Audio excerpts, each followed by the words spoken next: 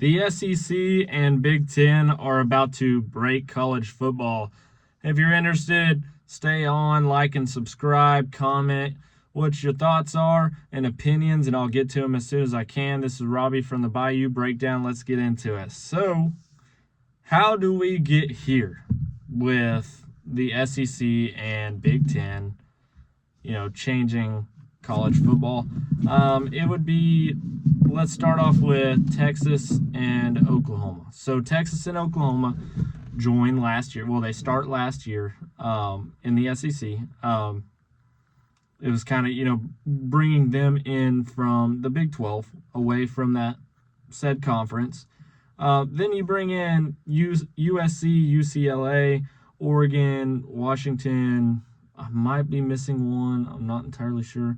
But they all come over and join the Big Ten. So then you bring those teams away from their old conferences. And then you kind of have this just mixed thing where you got two pretty much power conferences, no longer a Power 4 or whatever you used to have. Now you're looking at it like slowly there's becoming two power conferences, and that's it. And so then you're like, okay, well, all those teams, there's still other teams in other conferences. How does this break college football and the route that we go about it? Well, my next thing would be, okay, let's follow the money.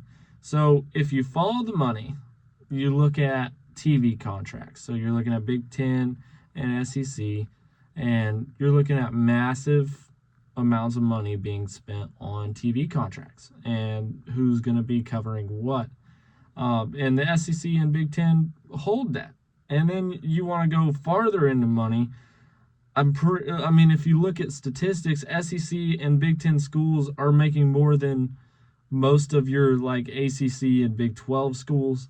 They're just generating more income, more of a following. Ticket prices, larger stadiums.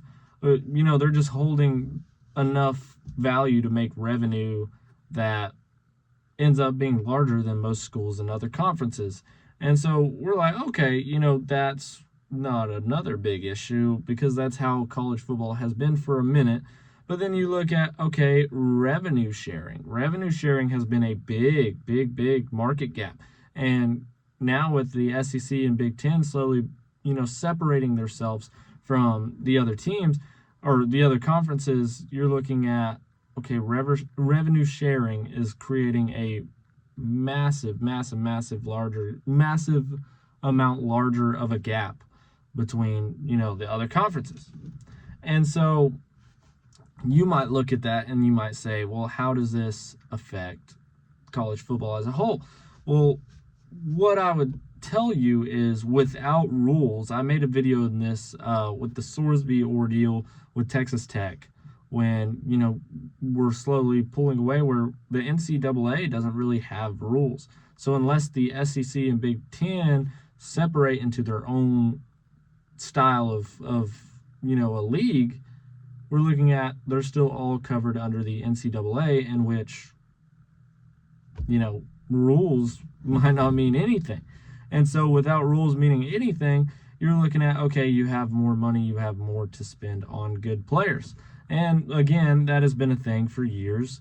But with this being the said way it is, this is a massive amount, and larger and larger amounts of teams coming into these said conferences to make them kind of power conferences.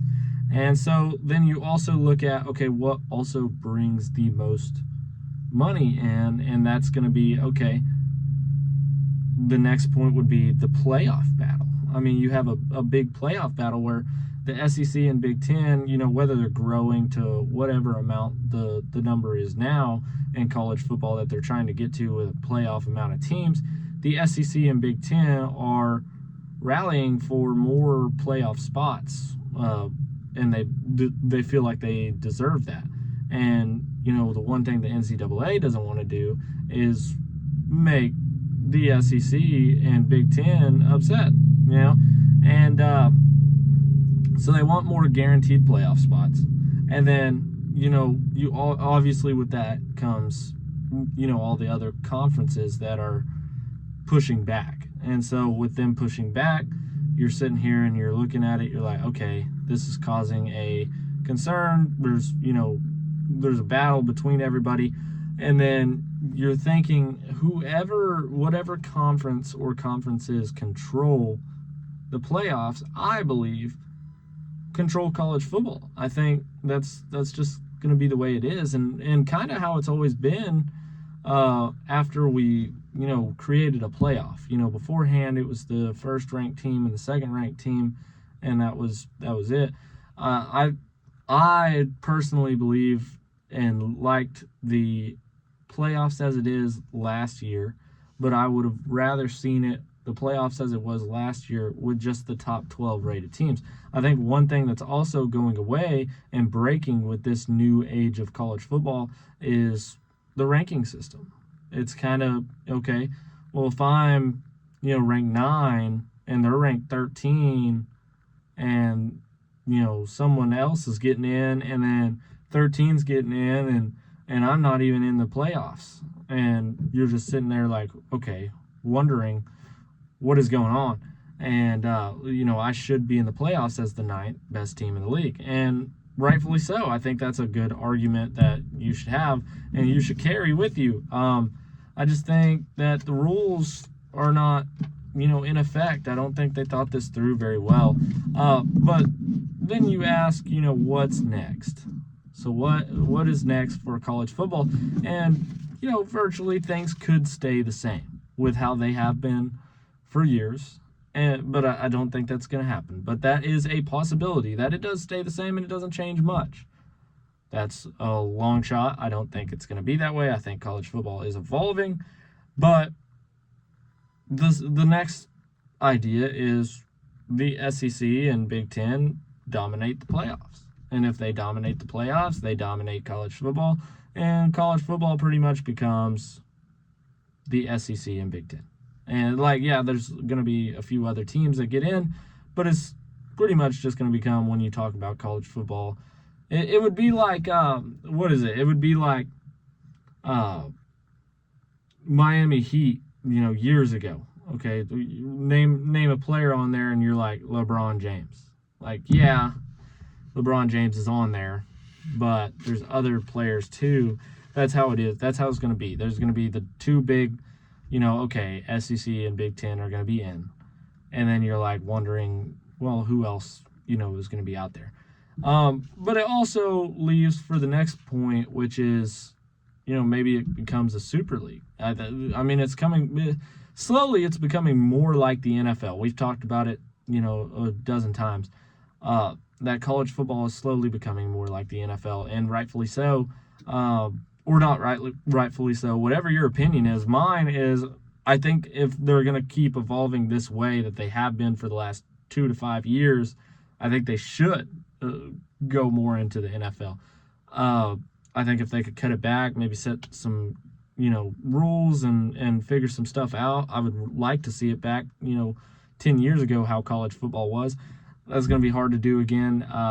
But, the atmosphere of college football is why you watch, and rivalries and school traditions and all that kind of stuff that you don't get necessarily in the NFL. But sadly, the NFL is a revenue-making machine, and that's all anybody's out for anymore. It's not about the feelings of the people.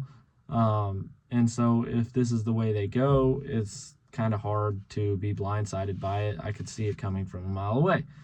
But anyway, I think at the end of the day, my very hot take is that the SEC and Big Ten are becoming less of college football, and college football is becoming more of the SEC and Big Ten. That's my hot take. Let me know what you guys have in the comments below. I'll get to them as soon as I can. Thank you guys. This is Robbie Pruitt again with the Bayou Breakdown. Peace out.